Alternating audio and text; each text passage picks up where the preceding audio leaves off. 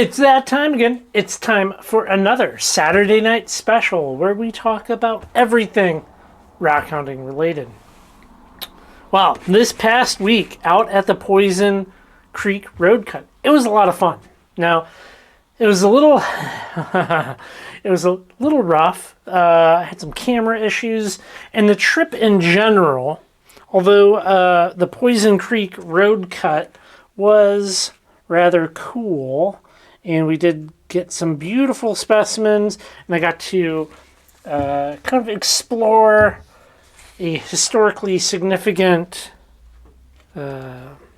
locality and do some fun collecting. Well, you know, generally, the way this works is when we go to make videos and go to the locations, I have about 4 locations at least in mind. And every location other than the road cut that you saw didn't work out. It did not work out the slightest, which was definitely frustrating. You know, it was kind of a significant drive, and it was really just kind of, it is what it is sometimes. But we did do some nice collecting, and it was very cool to see that place. And camping was also really good out there. I dug it. It was a little hot, but overall really good. And you know, one thing that was kind of interesting, we actually continued on, and as you get into some different areas of the national park, there's national forest, there's a significant no parking signs and stuff on the side of what I would consider a middle of nowhere road, which is interesting. But yeah, you know, it was good. I would highly recommend that as a locality, and definitely check out the website listing on it. I like the before and after photos. Actually, let's look at the before and after here. So here is a photo of the road cut taken in 1983, and here it is 40 years later in 2023. So I think that is kind of cool to see. You know, there's still plenty there to be worked. I got some interesting comments this week, and it really it provoked a thought for me. So on a couple of lapidary videos that I have here, you know, I will express my frustrations at times with the polish that I've gotten. And really, when it comes to polishing rocks, I almost don't want to use that word polishing anymore. I kind of think it should maybe even just go away, because it's so subjective. Like, what I say is polished and what you say is polished, and quality levels, it really can vary a lot. And I would lean towards being harder on myself than easier on myself. So oftentimes I'll be like, well, you know, I would give this a B plus polish, maybe an A occasionally. And part of that is that, you know, me challenging myself. Like, I don't want to just be like, oh, well, it's good enough. I want to continuously look at it as I'm a work in progress. And by doing that, it allows me to get better with time. So when I get frustrated when people will sometimes leave comments, and they'll say something to the fact of, oh, you should go check out this person's videos. They get an excellent polish every single time. And I go over there and I check it out, and well, I would call it a satin or semi-gloss finish, and it's really easy to kind of, I guess, mislead. I'm going to show you a couple of polishes that I've done here that I would say are on the upper end of good. Now, part of that is the material being worked with and the tools being used. So I would say this right here is on the upper end of a good polish. Okay?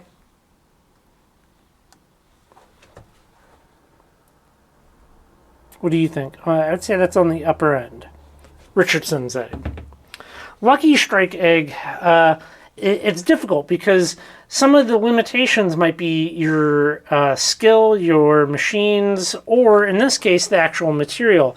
Lucky Strike eggs can be a challenge because of the crumbly rhyolite. And in this case, down here at the bottom, those mossy bits are not going to take a very good polish. You can kind of see right there.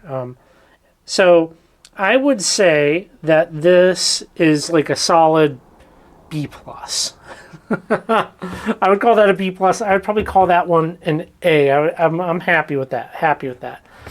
But the way in which things are presented on video can be very misleading. Very misleading. Now, some of you out there, you might recognize these. When you look at some things on video, it can be deceptive based upon the light.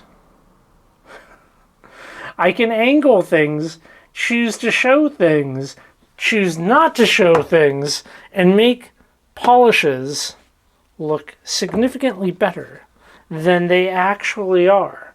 And I see that in a number of YouTube videos out there. And I think, you know, if somebody hasn't been polishing for very long and they're getting amazing results, I'm skeptical, you know. This is not a cakewalk of a hobby. It does take time, it takes tools, it takes skill, and, you know, not everything can just be, there's not an easy hack to get at the end of it all. I'm still growing as a lapidary, and part of that is never ever being satisfied with my own work. Well, there is a very generous person out there who watched one of the Saturday night specials a couple of weeks ago where I talked about a shortwave light. And, well, that person was kind enough, generous enough to buy me that shortwave light, which I now have in my possession right here from Midnight Minerals. I like the lasering. The lasering's a nice touch. Well, we are in the 255 nanometer spectrum, and we're going to do a quick recap of this. The basics of it would be that UV lights, 395 nanometers and lower, are UV lights in the light spectrum, and that causes a causes an electron to jump orbit and reflect back like a different spectrum of light. And that's when minerals, rocks, will fluoresce or have phosphorescence under a UV light. And that's just kind of the basics of it. So now I have 3 waves of light here. So we have a 395 nanometer light, which is unfiltered, very purple. I have a 365 filtered, feels like a black mirror, filtered light here. And now I have the shortwave 255. So we have upper end of long wave, shorter, upper end, lower end, short wave. There's a mid wave, which I don't have. That'd be cool. But this is interesting because things can look very, very cool under a shortwave light, and the majority of rocks and minerals fluoresce.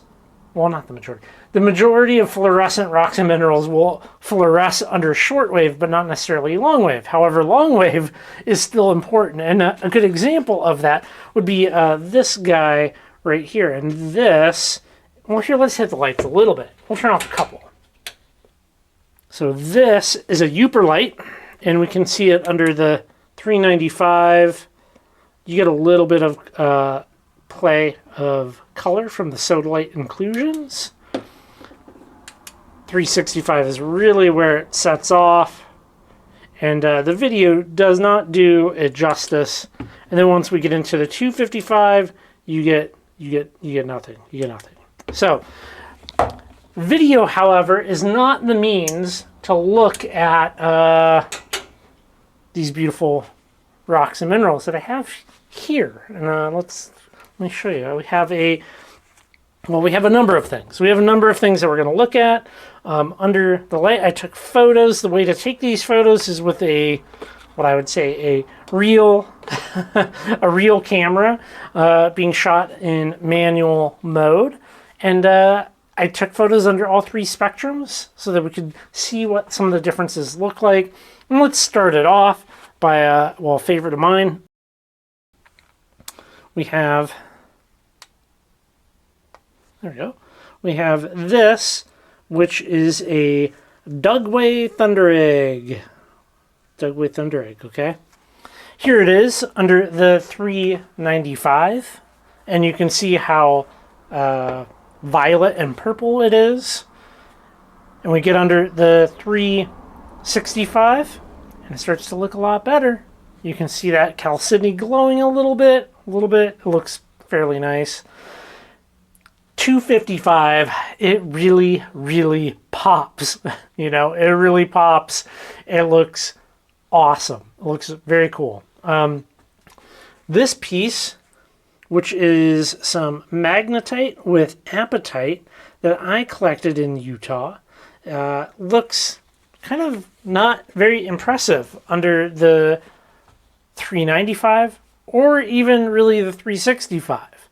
Now, it really pops. That apatite pops at 255 nanometers. Like, it is incredibly beautiful, you know? And one thing that I thought was a little interesting is I have this thumbnail, this micro, well, it's not micro, why did I even say that? I have this thumbnail right here of analcime from the Jaquish boulders that we went and collected. And that is, it's very red under the 255. Now, I'm not exactly sure what is causing that, but it does look quite cool.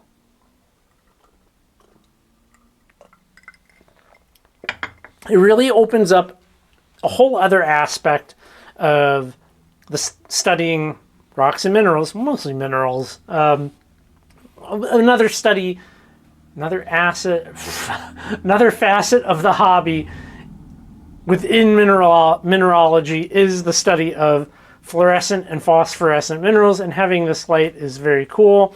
This one is in particularly cool for a number of reasons. Boom, are you going to focus? Yeah, okay, so very boring, right?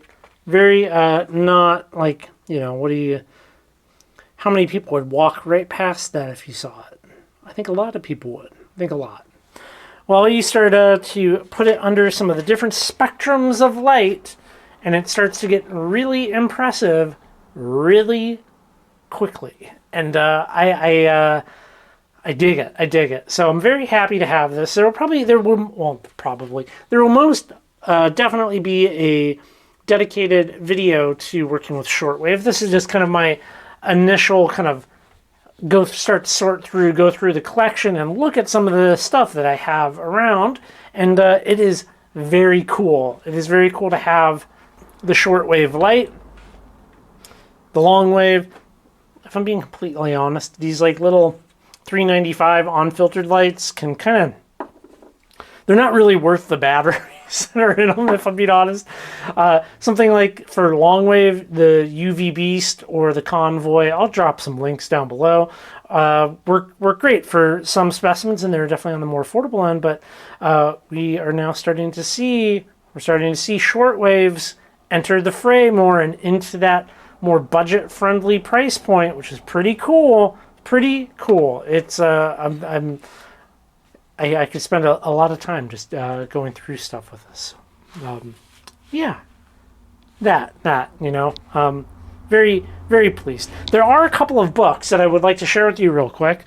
These are the books that I have read, where I have learned just about everything I know about, well, the world of fluorescent minerals.